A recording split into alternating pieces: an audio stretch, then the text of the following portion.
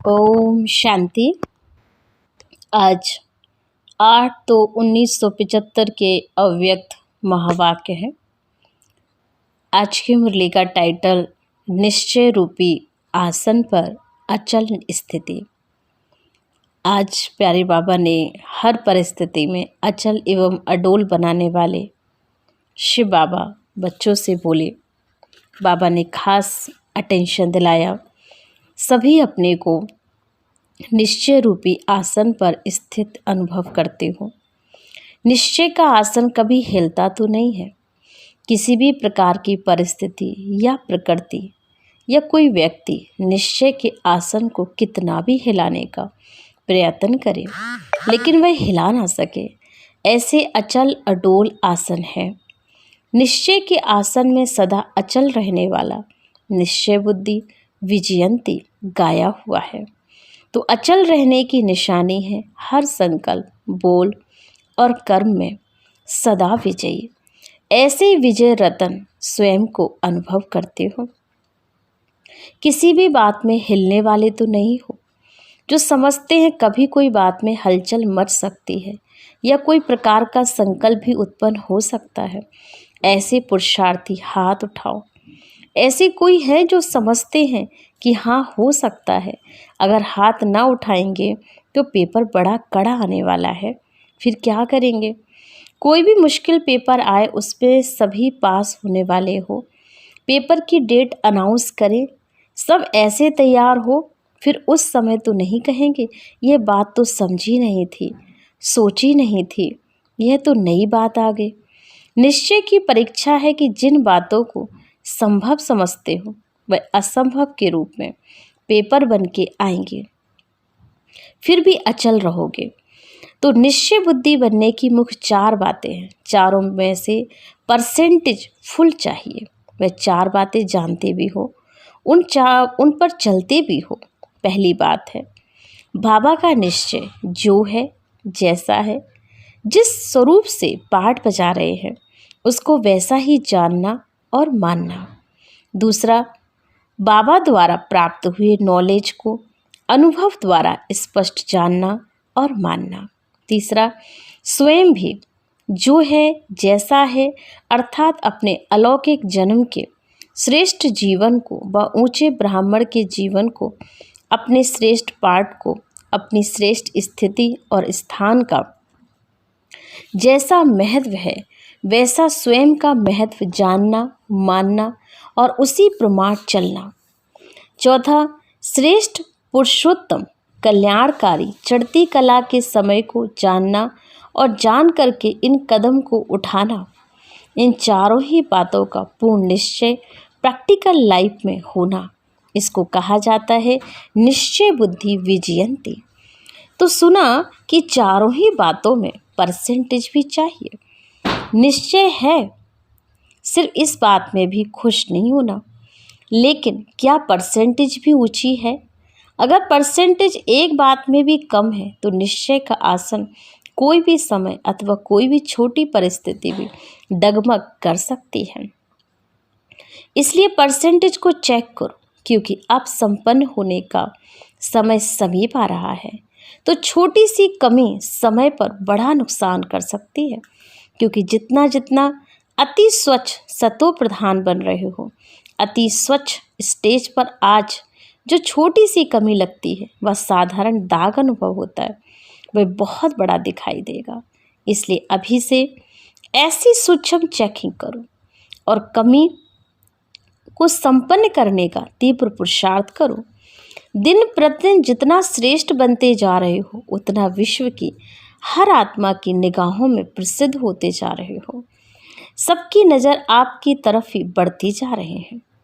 अब सबके अंदर यह इंतजार है कि कब स्थापना के निमित्त बने हुए ये लोग शांतिमय नई दुनिया की स्थापना का कार्य संपन्न करते हैं, जो ये दुखदायी दुनिया की स्थापना के आधार पर परिवर्तित हो जाएंगे।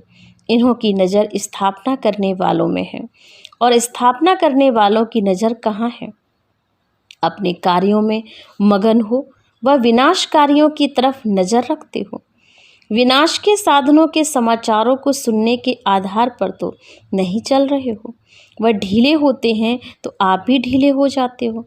क्या स्थापना के आधार पर विनाश होता है या विनाश के आधार पर स्थापना होनी है? स्थापना करने वाले विनाशी ज्वाला प्रज्वलित करने के निमित्त बने हुए हैं कि विनाश करना वाले स्थापना करने वालों के पुरुषार्थ की ज्वाला प्रज्वलित करने के निमित्त है। तो स्थापना वाले आधार मूर्त हैं।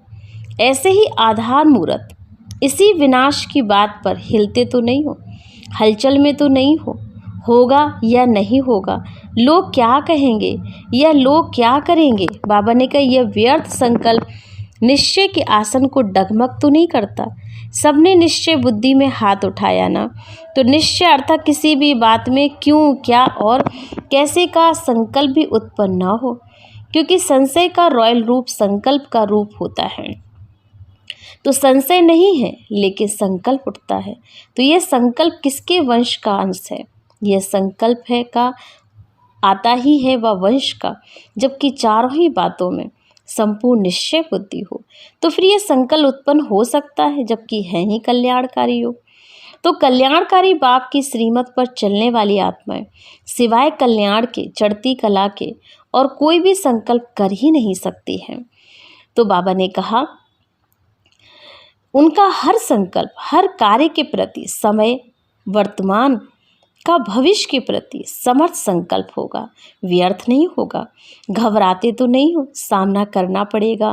पेपर का सामना अर्थात आगे बढ़ना, अर्थात संपूर्णता के अति समीप होना। अब यह पेपर आने वाला है, स्वयं स्पष्ट बुद्धि वाले होंगे तो औरों को भी स्पष्ट कर सकेंगे। इसका मतलब यह नहीं समझते हो कि होना ही नहीं है। ड्रामा में जो होता रहा है समय प्रति समय उसमें माखन से बाल ही निकलता है ना। कोई मुश्किल हुआ? बाप दादा नैनों में बिठाए, दिल तख्त पर बिठाए पार करते ले जा रहे हैं। कोई क्या अंत तक साथ निभाने का या किसी भी परिस्थिति से पार ले जाने का वायदा व कार्य निभाएंगे? नहीं, साथ ले ही जाना है।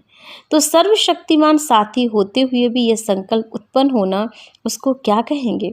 ऐसे व्यर्थ संकल्प समाप्त कर जिस स्थापना के कार्य के निमित्त हो, बाप दादा के मददगार हो, उस कार्य में मगन रहो।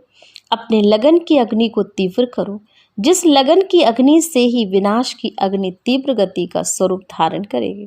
तो अपने रचे हुए अविनाशी ज्ञान यज्ञ जिसके निमित्त ब्राह्मण बने हो, इस यज्ञ में पहले स्वयं की सर्व कमजोरियां व कमियों की आहुति डालो, तभी सारी पुरानी दुनिया को आहुति पड़ने के बाद समाप्ति होगी। अब दृढ़ संकल्प की तीली लगाओ, तब यह संपन्न होगा।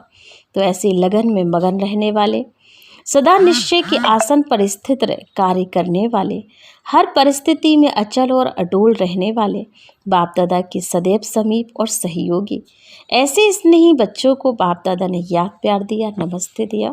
हम बच्चों की ओर से बाबा को भी याद प्यार और नमस्ते, शुक्रिया बाबा, शुक्रिया। आज हम सब ने सुना 4 बातें जो बाबा ने हम बच्चों को सिखाएं। वो 4 निश्चय हमें पक्के चाहिए, बाबा में भी निश्चय हो, स्वयं में भी हमें निश्चय होना चाहिए, बाबा के ज्ञान में भी निश्चय, और ड्रामा के हर एक सीन में हमें निश्चय हो।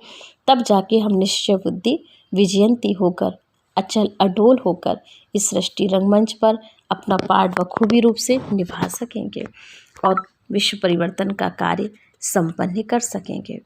ओम शांति, ओम शांति, ओम शांति।